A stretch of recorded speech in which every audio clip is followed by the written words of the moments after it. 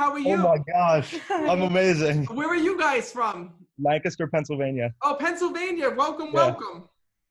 So first of all, there's a couple different souls that are here. I have a grandmother that's coming through right away when I'm connecting. Oh my gosh, That's yes. my grandmother. Okay, so know that it's her way of acknowledging that she's here because she kept saying to me, they're looking for me, they're looking for me. Yes. We keep saying her name. Oh, you keep saying her name? Yep. Well, who else is there? Is somebody else with you? So Oh, well, hello. I didn't know if I was hearing a dead person or what. You can't do that to me. So no, that one of the things is I just want to make sure I know who I'm talking to here. Yeah. Because no, this is not only just a message for you. What's your name in the middle? I'm sorry. Yeah. Kia? Gia. Oh, Gia. Know that it's not, this isn't just a message for you, but it's a message for your mom as well. And for a message for your family, because she's acknowledging that. And she says to me that that your family's so upset over the care that your grandmother was given beforehand. Oh my gosh. Because she there talks are a about there lot of being issues. questions. She tells me there was an issue with the facility here. Do you understand that? Was Mhm. she moved from a facility? Were you trying to move her out of a facility? Well, she was at a home, like a care home, and a lot of different places they took her to. Because she's telling me when I'm connecting that there was an issue of being kept up to date of what was going on with her care and what was happening with her care. Yeah, she was under a lot of really bad care for a Okay. while. Because she says to me, my family was trying to get me out of there. My family was trying to get me out of there. And she needs you to know right now that she knows about that. Because she says to me that there's still so much stress that you carry every single day. And you say that you feel like your grandmother was being mistreated or that, you know, her health wasn't being taken care of. And maybe if we moved her out of there sooner, then maybe she would have still been living. Do you understand that? And you struggle with that. That's what I'm talking about. And she says to me, listen, I want you to know that my health was really bad at the end. She says, and it was really hard. She says, she keeps telling me that there was issues with like paperwork and there was issues like with getting her moved to different places. She says, she wants you to know is that that's not what's important to her. She says she knows that she had to be in a facility and your family regrets putting her in or getting her involved with that. She says, and I need you to know that I needed that at the time. She goes, I needed people to watch over me 24/7. She says, and even though when she was there, she used to get confused over where she was. Do you understand that? Yeah. Because she tells me that, I don't know if she had like Alzheimer's or dementia, but she had told me that she had a lot of confusion.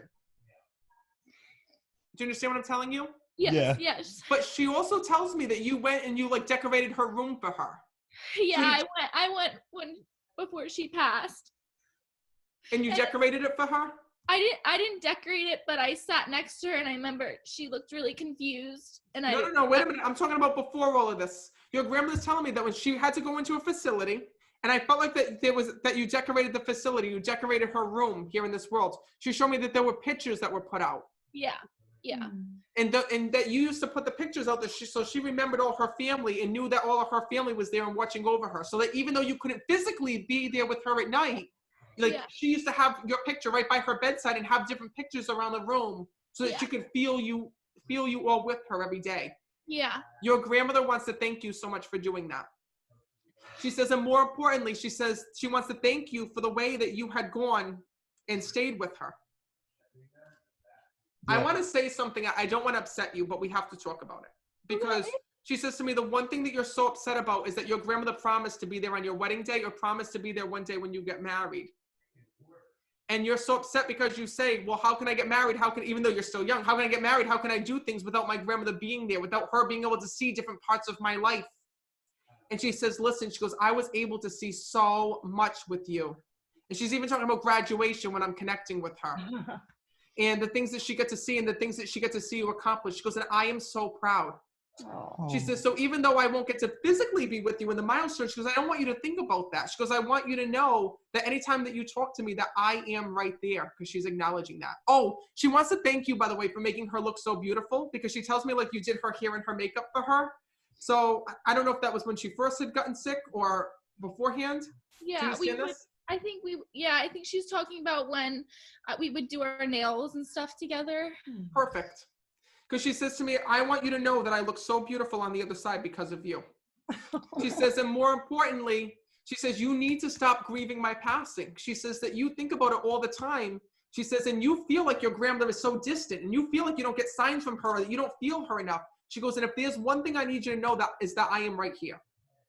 Now I have another soul that's coming through that's desperately trying to reach you through me. And I keep hearing that there's an issue with somebody being revived. Who was revived or brought back here in this world? I mean, it was my dad. Probably they tried to revive him. Oh, so that was your father that had passed. My father passed away when he was very young. Yeah. Okay. 38. So know that it's his way of acknowledging, because I keep seeing a man laying on the ground. I keep hearing like somebody saying like, "Stay with me, stay with me." Somebody was trying to revive him. That was her. That was me. He was my husband, and we were at the gym. He came off the treadmill with cardiac arrest. He's here, and he was trying to push through to speak. But your husband was also a gentleman, because he's like, "I'm gonna let the grandmother go." He goes, "Because he says I never got in the way of women." He says, "But I also have to come through and speak." Yes. I have to tell you that he needs you to know how much that he loves you, and more importantly, that he's sorry that you had to watch him die, because he literally shows me that it's like he passed in your arms, or passed with you right there. Because he shows me like him going down, and then I saw everybody crowding around, and I see you holding him and like keeping onto your husband until somebody got there and could help him. Yeah. And he says to me, "I want you to know that you are the love of my life, still here and today." And you know what's absolutely crazy about this? He says to me when I'm connecting with him that before this had happened, he says, "I was changing." He goes, "I was healthy." And he actually tells me that he just went to the doctors beforehand. Like, I felt like he just had a physical. He just went to stress test. He says to me, he was checked out from head to toe. He goes, and I was told that I was going to be fine. And then I died like this. Yeah. Yeah, that's why it was so shocking. He had no restrictions from the doctor. He says that he wasn't feeling good. He shows me he went to the doctor. He was getting checked out. He goes, and then I died. Yeah. And your husband says to me that whatever was going on or whatever was happening was so deep inside of him that there was no way that anybody could have known or anybody could have predicted this, because he's acknowledging that. True. I want to come over to you as his son. Yeah. So you're Christian? Yes. Okay. So know that this is your dad's way of acknowledging that he's here. And I got to tell you, he just wants you to know that you remind him so much of himself. And that's what everybody says. Your dad tells me that you've been trying to follow in his footsteps here in this world. And he's talking about, he's also talking about like work-wise with you. Do you do the same thing that your dad's doing? Are you trying to do the same line of work that he was? Not exactly, but it could be referencing, I just like lost a job because of everything that's going on. So an internship, because that could be it. It's not that. It's not that. Your dad shows me that, there's going to be different opportunities that come up with you. But one of them is I felt like a business venture. So I don't know if you want to start your own business or go into business yourself. Yeah. Hello, pay attention. Know that your dad says to me that that's something that he's helping you with on the other side, and not to lose sight of this. That, even though that you're unemployed and you lost your job because of COVID, he's saying, take this time to think about your dreams, dream big. He says, and that even though I died, I'm still your dad on the other side. He actually tells me that you have shirts of his and that you have clothing of his. I do. I had his shirts made into a blanket. It's on my bed. Because he says to me, my son still holds on to my shirts, or still will like hold on to things that I wore. So if you have that in a blanket and you do that, know it's your dad's way of just acknowledging that. Because he's bringing that through. And he's been trying to reach you in the worst way to let you know that he's okay. Because he says to me that the hardest part was you losing your dad like this. He says, you've been through something that most people never have to go through. And that is losing your dad and not getting to say goodbye and losing him in a tragic way.